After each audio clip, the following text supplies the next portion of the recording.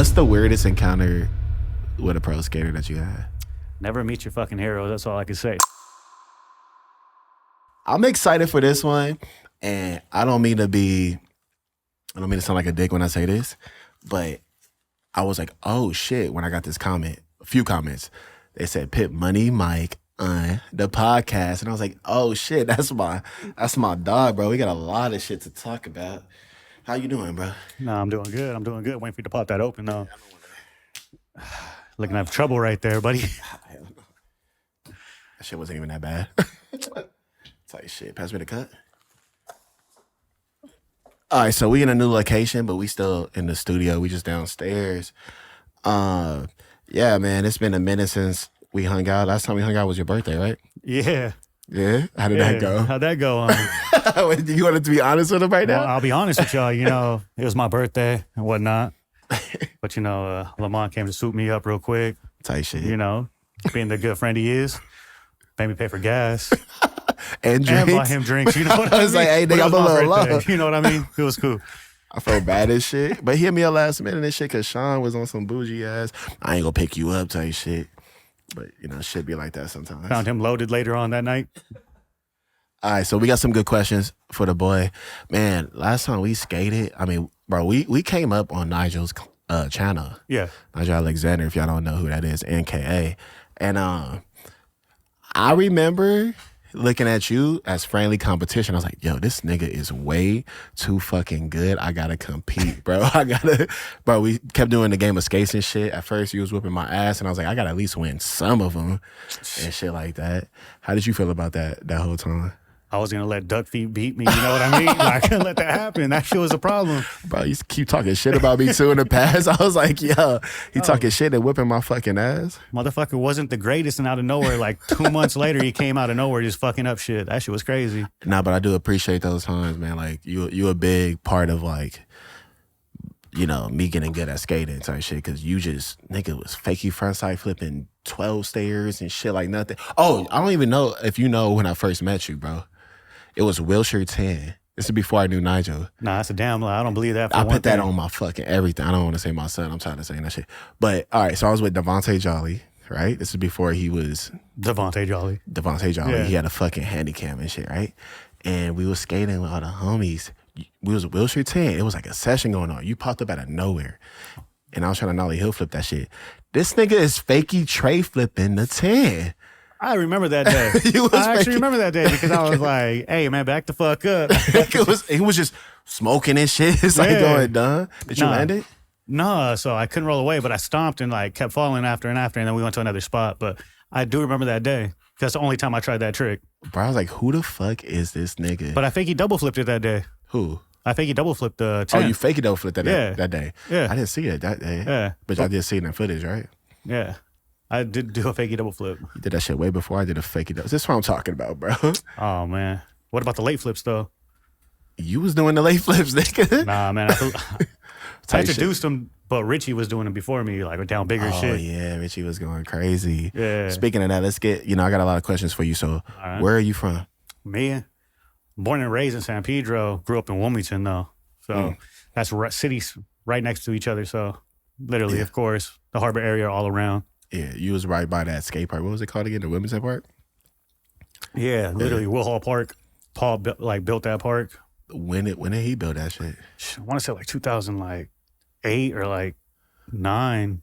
So was it built before you were skating, or were you just? Nah, man. I grew up skating. I started skating when I was 12, 11. Damn. I got kickflips down when I was I started skating when I was 10, to be honest, but 12 and I actually started skating.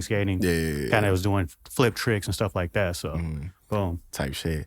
Who got you into skating? How did you get into skating? What, you just saw the shit on TV, or what? Are you just playing the games like I did? Nah, man. So it's crazy because I was a little kid, always I had a big wheel growing up, and I used to wear a goofy Halloween costume all the time when I was little. And one day I just seen my cousin's skateboard, had adventure trucks, Alien Workshop board, and I always wanted it. And just sat there. And then probably when I was 9, I just kind of picked it up and started skating with it. Mm-hmm. And I was like, I want it. I fell in love with it. Like a little kid falls in love with a stuffed toy. I wouldn't let it go. And he's like, man, you can just have it. And from there, no one actually believed I was going to skate become like anything. So there's like, oh, we thought it was a phase for you, like boom, and next thing you know, you was out there actually like flipping off big ass 12 stairs and going dumb, and like collected some sponsors here and there. You know, it was kind of crazy. So, what board was it again that you started skating on? It was an Alien Workshop. Alien Workshop. Yeah. You didn't start with no like Walmart board or nothing? No, after that, I went to JCPenney's like with my mom like later down the line, and I got a Star Wars board that had Darth Maul on it. Shit. Yeah, it had wood, it had plastic trucks, and like it was crazy. And then like since I lived all around Pedro, I moved around. My neighbors, because I moved with my aunt, they were skater kids, and they brought a little flat bar out. And I remember I was always out there practicing kick flips and just like, you know, being a little kid. Next thing you know, like I'm board sliding that flat bar and they're tripping out on me. They're like full on teenagers, like 14, 15. Like, he's on like a fake board doing all this stuff, like trying to board slide in front board. And I was like, oh, okay. Were any of them like jealous or anything like that? Nah, man, there was nothing like, I was a little ass kid. So like, there's nothing to be jealous of. They're just like, what the hell? I had some jealousy, bro. You wouldn't believe it, bro. I had a homie, I'm not gonna call him out, but long story short, nigga, I won a competition in my neighborhood and I won like 3 skateboards. And my grandfather was like, yo, give it to your homie.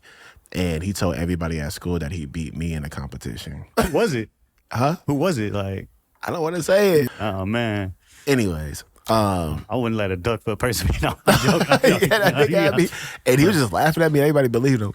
But shout out that nigga. He man, killed. didn't you do like, what was that, Animal Planet 2? Oh, yeah. Yeah, I remember that. Like, it was a wild Lamont and this little that was youngster at the time, random. too. Bro, they played me on money, too. They only paid me $500 for that. Hey, people hit me up still about it. They watch Money's it. money, man. Fuck that.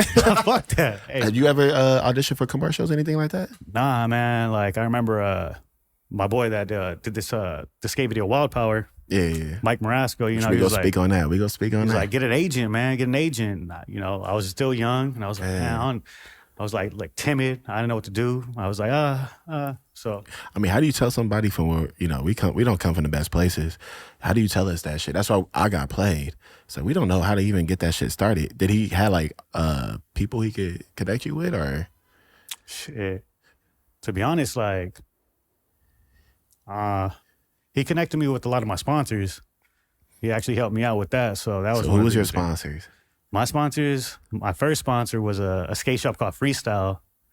It was like this some old shit, like some old like shit. Yeah, it was like a home city skate shop, but I wanted to write for this skate shop called Transitions, and that's the one I always wanted. But low key, like they were just like, you're not there. Like you have to go film some stuff, go do this, and like make a trick like log and do all this stuff. You know, this is before like social media, of course. So you know, I worked my ass off, and then like when I did turn like 12, 13, like fully, like I was 13 years old, I got on that skate shop.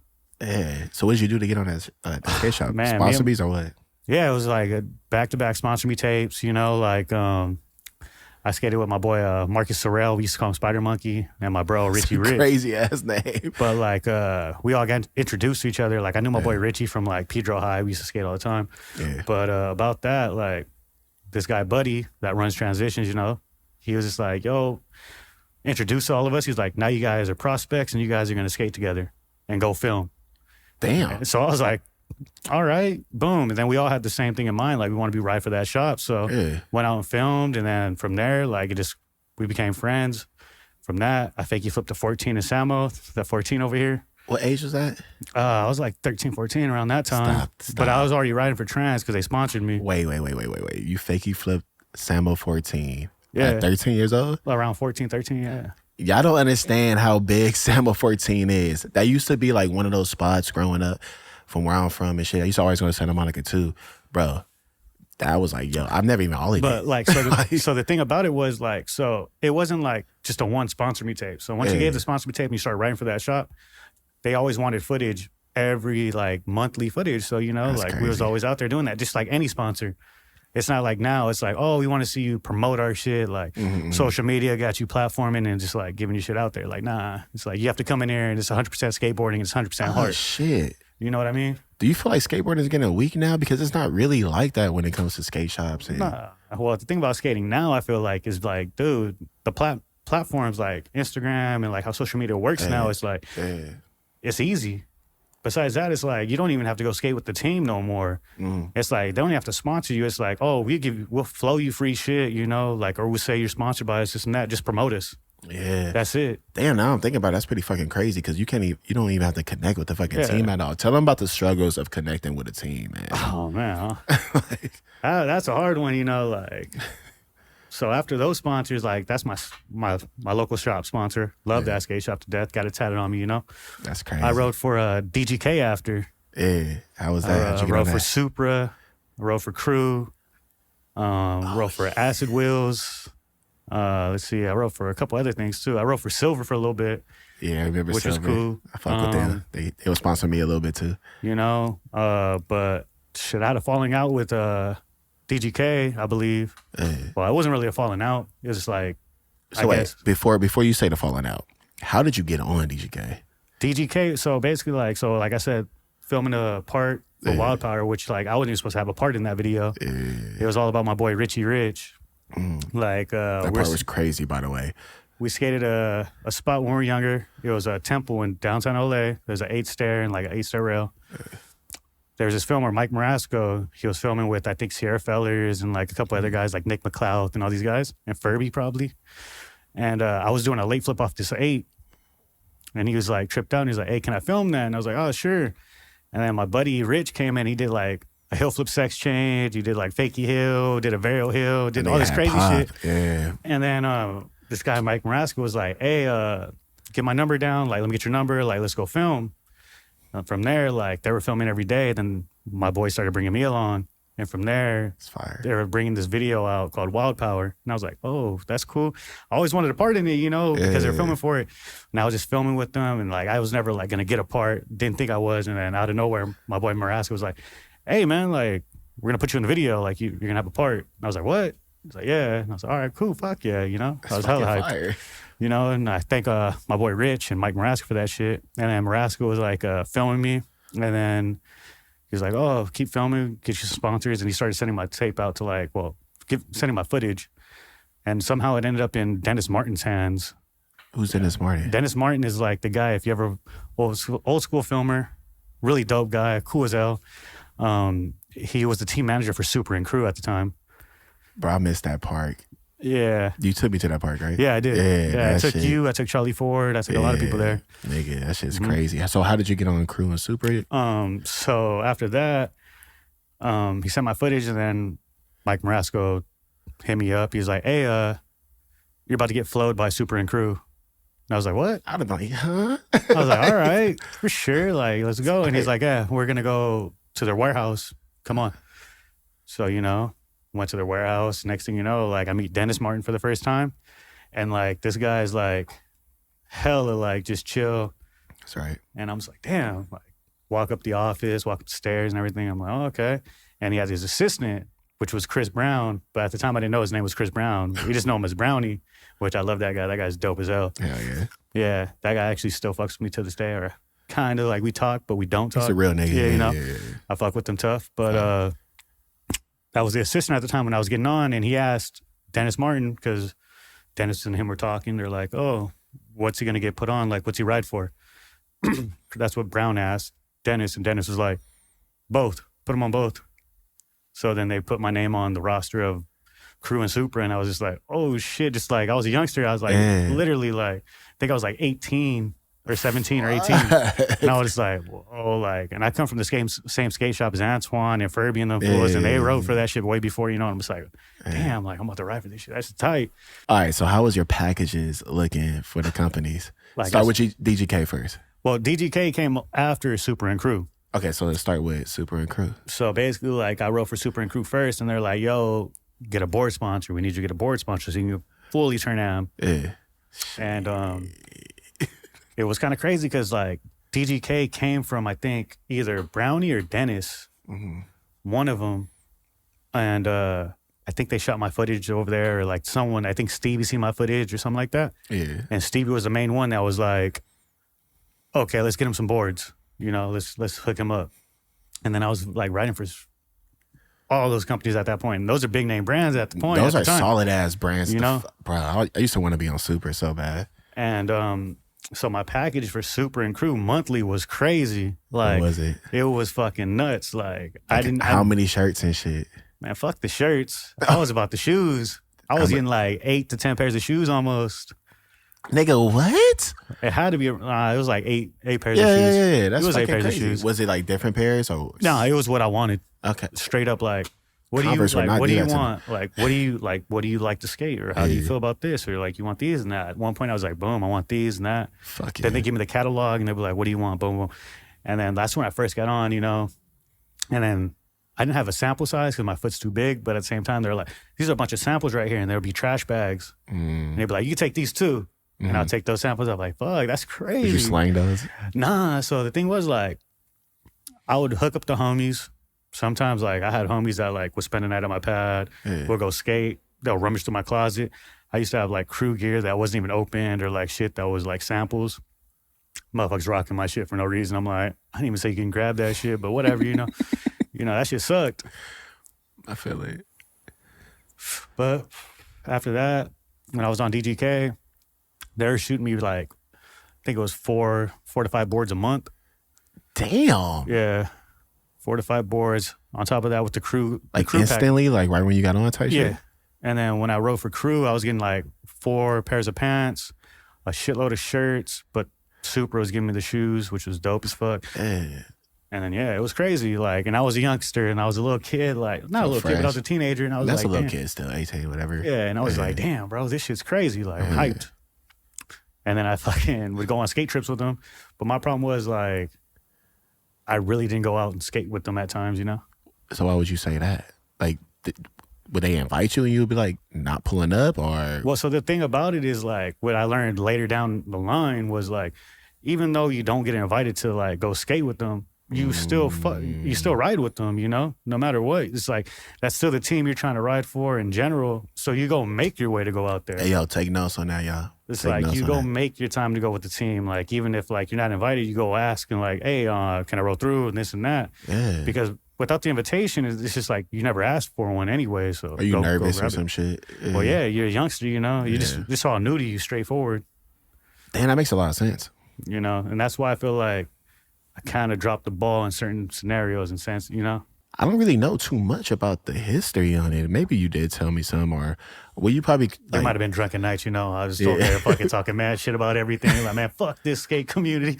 But I that's probably the didn't community, but understand. fuck the industry. Like, goddamn. Speaking of that, though, how do you feel about the skate industry? Like, what is your thoughts on that? Shit. That's a tough one right there for sure. Like, it's a new age, you know, so it's a little bit different nowadays. Because before, it's like I said, you got to go make your time to go skate with the team. Like, even if you weren't invited, you got to make that effort. Nowadays, you don't because of the platforms. Yeah. But, like, my downfall was, like, not going with the team. On top of that, I kind of felt like I got done a little dirty, which was a little fucked up. In what ways? And I feel you on that. In what ways, though? So basically, like, when I got kicked off DGK, you know, like, that shit kind of threw me off because there was, like, it's word of mouth, you know? Like, so the person that was filming me still to this day, like, well, not to this day, but the person I filmed with, they were like, oh, we heard word back, like, because he was filming a lot of other people that wrote for KO at the time and shit like that. He's like, oh, we heard that nothing but good things right now. Like, they had a meeting with you. Like, they had a meeting talking about you. Boom, boom. Yeah. Like, so that means that's good, you know, that's good. And then, like, later down the line, they're like, oh, we heard that meeting wasn't good. Like, they had to sit down with some people that rode for the team. And they discussed, like, me. Like, oh, should this guy ride for this team? Or, like, you guys, how do you feel about him? And some of the pros there, I guess, weren't fucking with me. So basically, they had to sit down with, the team had to sit down, word of mouth, to my filmer. My filmer heard about this stuff from some of the team riders. Like, oh, we had to sit down, talk about Money Mike. And they're like, oh, what do you guys think about this kid? Like, should he be part of this family, I guess? Or, like, however you want to put it. And some of the pros weren't fucking with me. Because I went on a couple trips with DGK. I went to a woodwork trip. Okay. What word? West? Yeah, of course, you know, like, they went I mean- fucking, like, they flew me out to Atlanta, you know what I mean? That shit was cool. I got to meet Marcus McBride, really fucking dope, legend, one of my favorites. Fire. But But in other words, they had a meeting about me. I didn't perform well on that trip when I went to Atlanta because I was hurt. I fucked up my ankle, my foot. How'd you fuck up your ankle? Well, so I went to this 9-stair rail, and I don't skate rails. Like, I try to get technical, whatever, but I'm not the greatest at them. I feel that. I went to tail 270 this rail.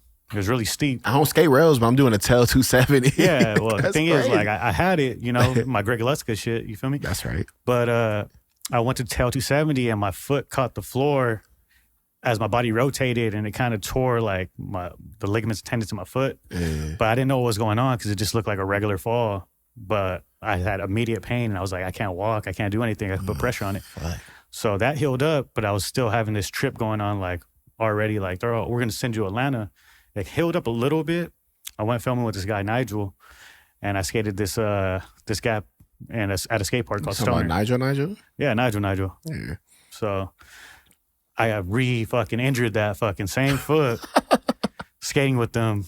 I had it wrapped and everything, and I still went on that trip to Atlanta, and I just didn't fucking film anything that was worth mentioning whatsoever. Like, I filmed a full part for it was called the warehouse. No, the playground. It was called the playground. DGK's playground. I did want to ask you, what are some struggles you dealt with growing up skating? And cheers, by the way. Oh, cheers, salud. We up tonight. Tight shit. Break it down again.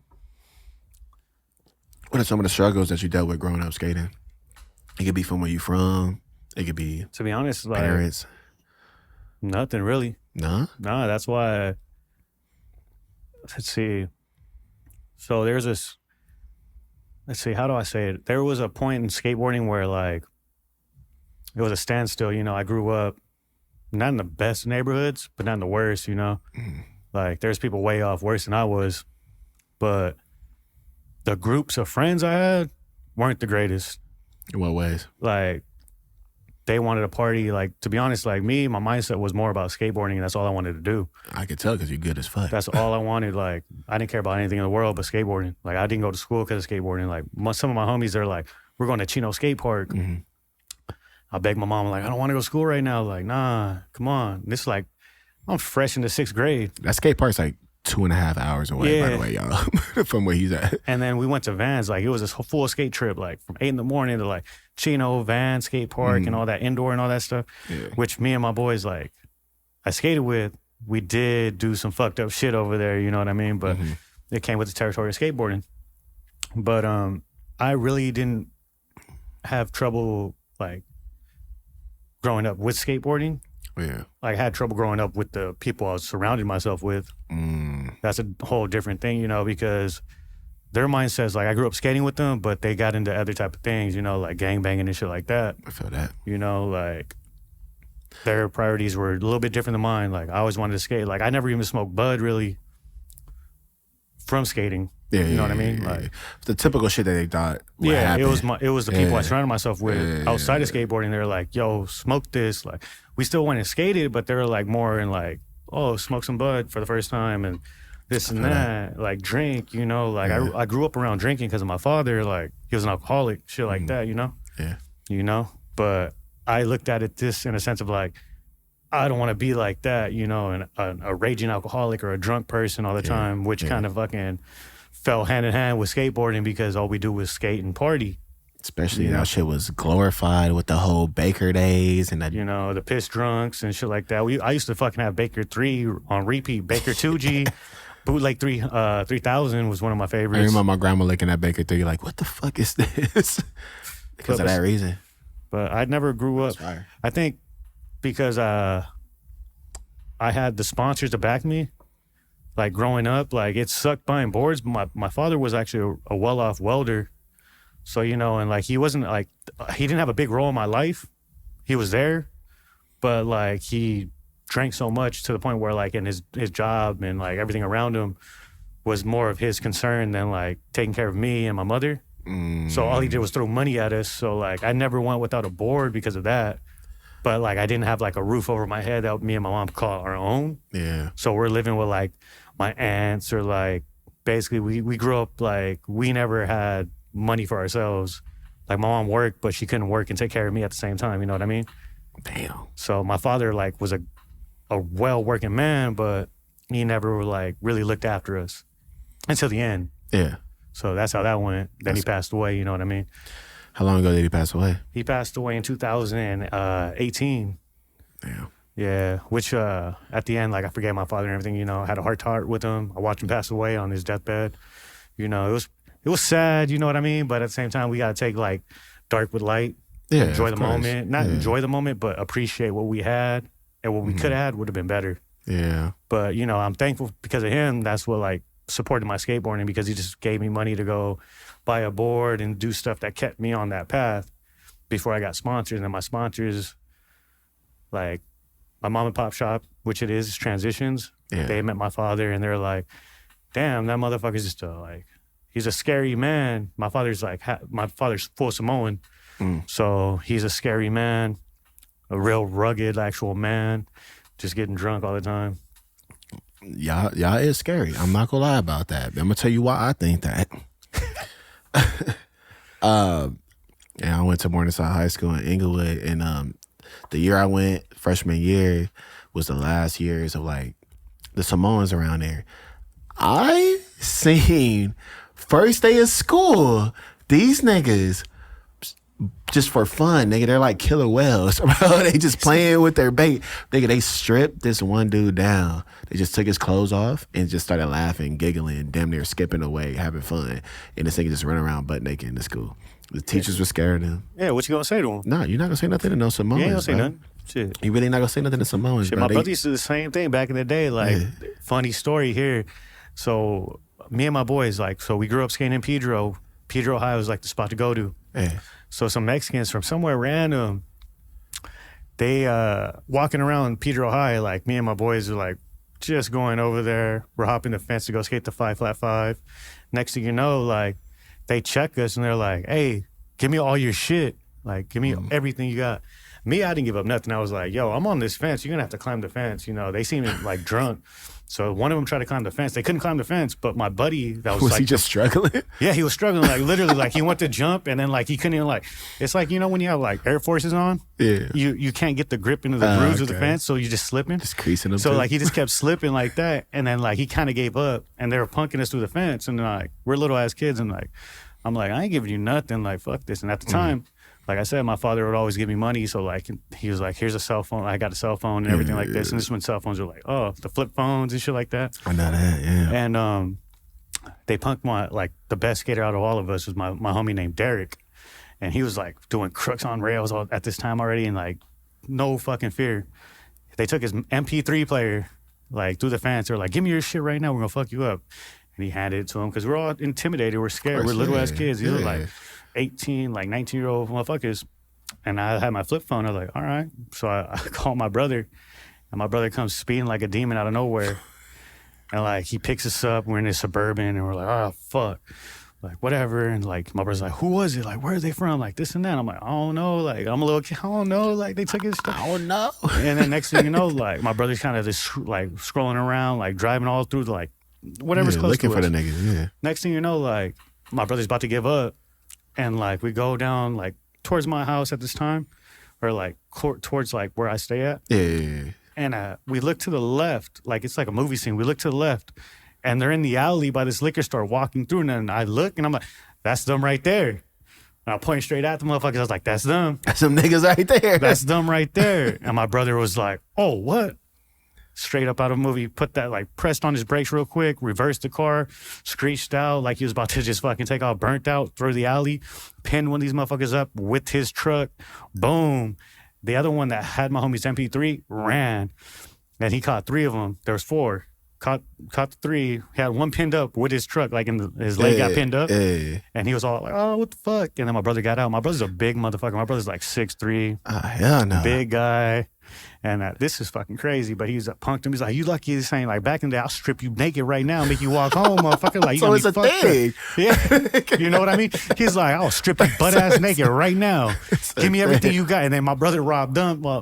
Well, he didn't rob him, you know, he just took back what was our property. Yeah. But like the guy that took my buddy's MP3, that guy got away, you know what I mean? But yeah, they weren't fucking with that. Niggas, You got to be careful out there, you know what I mean? You keep fucking with people. You don't even know who you. A lot of them don't even know who the fuck they fucking with too. Exactly. Like that shit's fucking annoying as hell. Yeah, I got some stories like that too. But like I was a youngster, so like I was like, I'm calling my brother real quick. Of course. And of course, my brother, Captain Save motherfuckers, like boom. Yeah. And he's not a small guy. You was skating with Nigel Alexander a lot. How did you meet him? Because I remember how I met him, but you wasn't there when I met him. Was you? Nah. Okay. All right. So how me and Nigel, this one Instagram didn't have videos really, but they had like photos. And I used to, like, Mike Marasco knows Nigel Alexander. Oh, okay. And I kind of didn't want to go skate with that guy at first. Yeah, why not? I was just like, that's not my type of gist. It's like more of like YouTube stuff and like that. And I was like, thought of myself as a core 100% skateboarder, I was like, yo, I'm 100% skating. Like, nah, that's completely different. And you was already sponsored before you met him? Yeah. Okay, so I had all my sponsors at that time too. I get it, because they was probably talking in your ear too about YouTubers and shit. Nah, but the thing was like, I had like YouTubers, like at the time I was like, man, like I kind of want to do that, but at the same time I don't want to get looked at foul. Yeah. And then my boy Mike Marasco was like, hey, after this video part, like this video drops, I'm done filming skateboarding. So you're like, I'm not going to film skating no more, And to him, like, that's the best decision he ever made, because now he's like up there. He does like types crazy. Oh, shit. He be with Darren Miller and shit, right? He's the one that put Darren Miller on. I forgot about that. Yeah, that's crazy. Yep. Yeah. Right. Yeah. So big ups to him. Like Mike Marasco's the fucking man. At the end of the day, that's the man. I own that. I owe that motherfucker a lot. But yeah. So he told me, he was like, go film. Like I was like putting off filming with Nigel and all this stuff, and he's like, nah, go do that, because I'm done filming skateboarding. Like it's closed. I was like, oh shit. So Nigel was hitting me up on Instagram, like, hey, we should film some stuff for his YouTube channel with some content. And I was against it, And then once I heard that from Rascal, I was like, fuck it, I gotta do something. And next thing you know, I hit Nigel back up, and Nigel's like, all right, for sure. And then Nigel became one of my cool friends, and he would go pick me up from my pad, and that's how I introduced me to you. I want to ask you that. What did you think about me when you first met me, nigga? To be honest, I was full of myself at one point. Tell me, I ain't gonna front. I was full of myself, because when I was like, man, I'm coming off a skate part. I'm coming off I was like feeling myself like boom.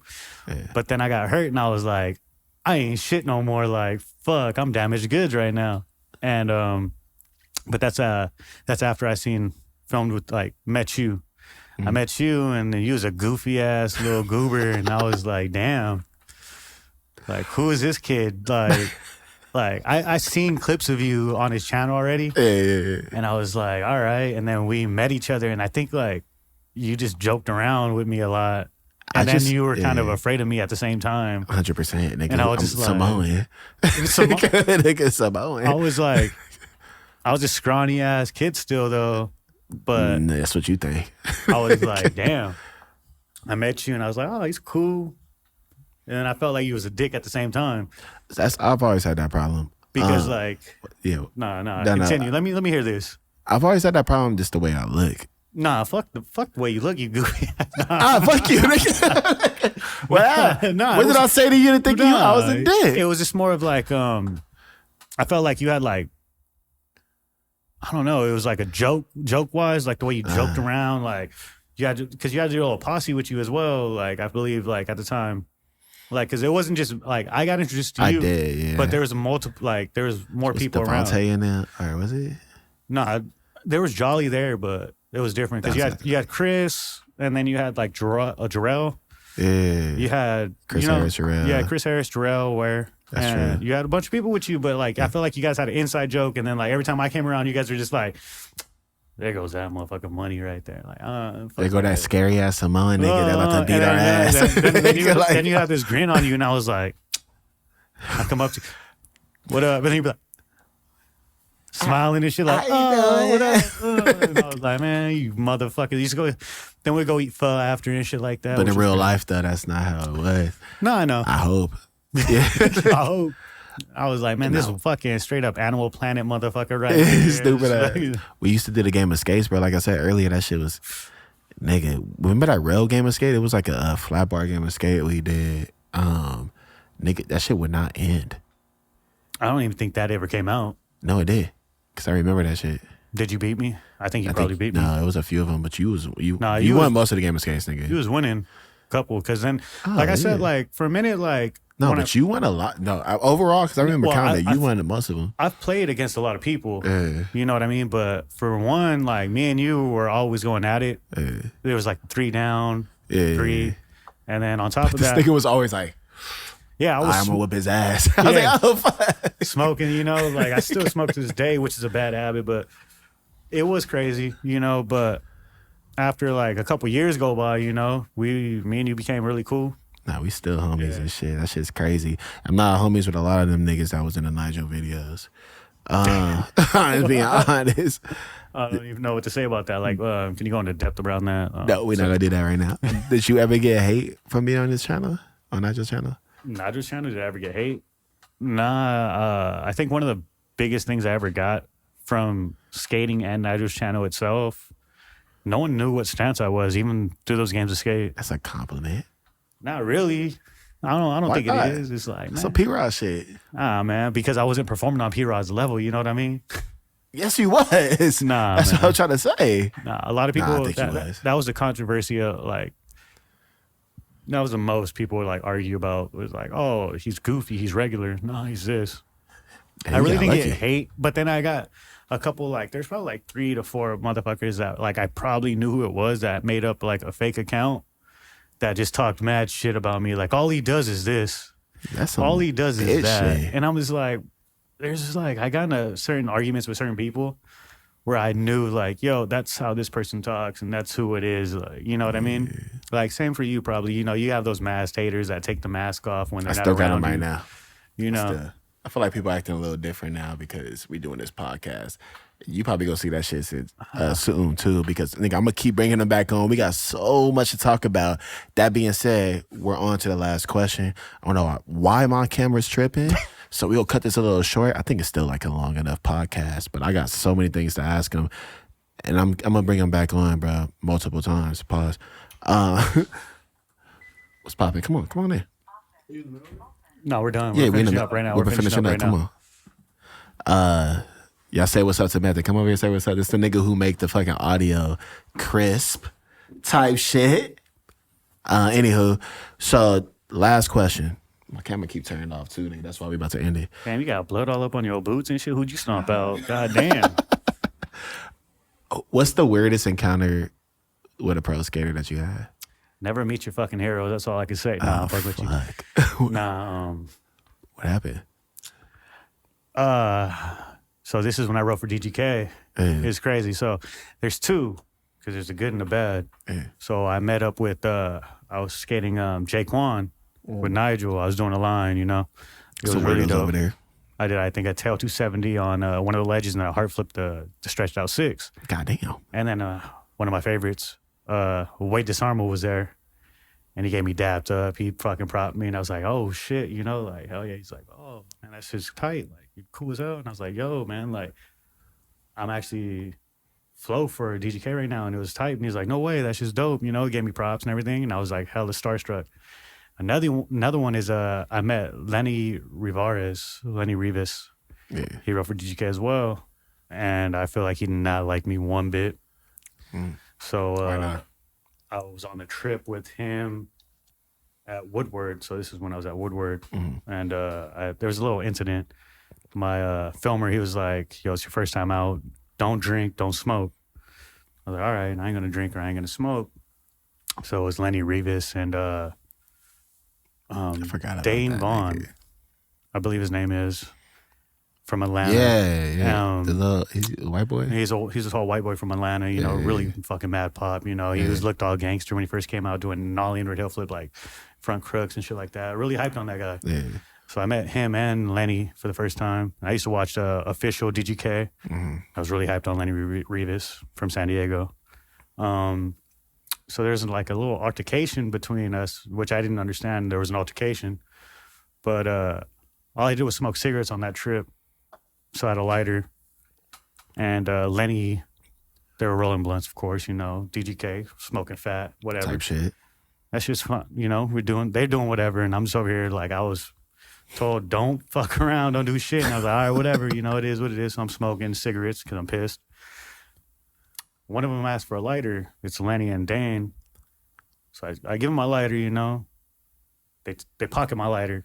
I'm like, all right, whatever, like I'm going to go smoke a cigarette again, 20 minutes later. I'm like, can I have my lighter back? And then I didn't get punked, but in a sense, like Lenny was just like, no one's got your lighter, fool. Like, no one got your lighter. It's like, nigga, why is he telling it to me like that? And I'm just like, yo, I gave you, like in my head, I'm just over here like, yo, I gave you my lighter, but I ain't going to say anything about it. Yeah. And then my filmer, Mike, was there and he was like, oh, here, take my lighter, just take my lighter. Like, don't even fuss about it. Like, here. So as I'm walking out to slide the sliding door from our room, there's a fucking lighter fucking coming flying out from my back that hits the glass. Someone threw a lighter at me, which was my lighter, you know what I mean?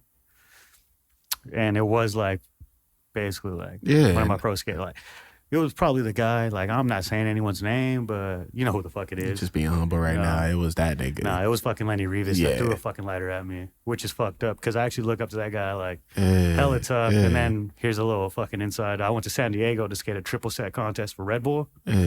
I didn't place or anything. Jeff Wansong was there as well. My nigga. I did a Smith 360 down the Hubba. Yeah.